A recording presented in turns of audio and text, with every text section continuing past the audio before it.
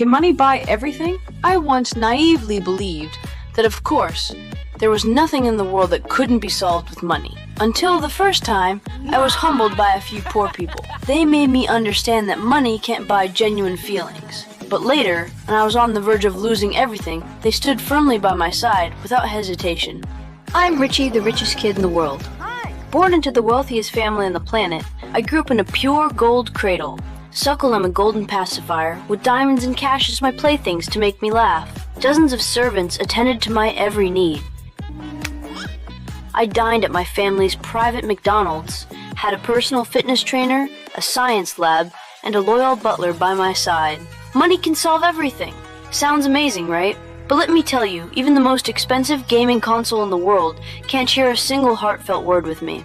I've always wondered what ordinary kids do after school. Why do they laugh so freely? How can they live without fear? Then one day, I visited one of my father's factories and met a group of regular kids for the first time. They played ball, joked around, and spoke their minds. I was so envious. I just wanted to be one of them. After delivering a half-hearted speech, I walked straight toward them, only to be stopped.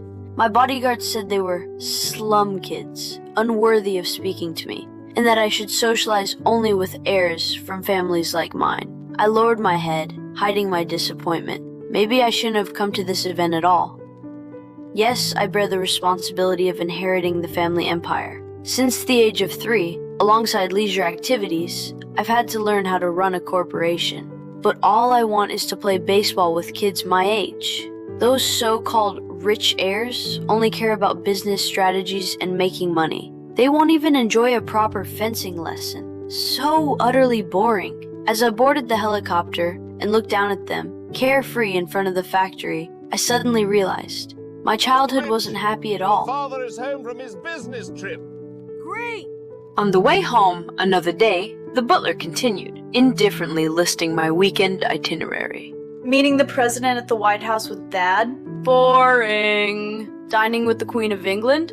Not interested. All I want now is to make friends. Real friends who share my interests. I told the driver to take me to United Tool Factory. Sure enough, they were playing baseball. Straightening my tailored suit, I put on my business negotiation demeanor and asked to join them. So what are you doing here? Well, I was wondering if maybe I can play with you guys. But they actually refused me? No one has ever refused me since I was born. No! I didn't understand, and I was a little angry. So I used the method my father taught me. I can hit off of you. You don't want to play with me because you're not good enough, right? The provocation worked. They turned around, their eyes filled with disbelief. I succeeded. They proposed a bet. If I could beat them, they'd let me play. $10,000? I just happen to have it on me. Not 10,000. $10. Oh, $10. Okay. The field here was nothing like at home. Uneven ground and sand everywhere. On my first try, I tripped and fell. Their mocking laughter and disdainful looks couldn't defeat me. I wasn't just going to win. I was going to be their friend. Finally, on my second attempt, I hit a perfect shot. I won a round. Not with money, not with high-tech gadgets, just me, Richie Rich. Can I play with you now? I asked, already eager to invite my new friends to my house. They laughed, but it was a laugh of scorn. What they said next left me frozen in I place. don't want your money. I said take it. You don't belong here. They said they weren't interested in my family's estate, handed the money back, and told me to leave the factory. They even mocked me as an outsider. Turns out, in their eyes, I was just some rich kid trying to buy friendship. At that moment, I felt worse than when I'd lost the game. What did I do wrong? Why is it so hard to find real friendship? Barry, Madam, what's bothering Richie? he tried to make friends with some children yesterday. It wasn't a great success. Poor dear. I returned home, dejected, convinced I'd never make friends. But to my surprise, the butler had prepared something special.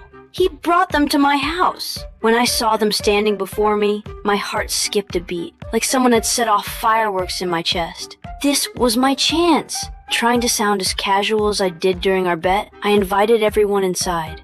We walked through hallways lined with antiques until we reached my secret hideout, the McDonald's restaurant.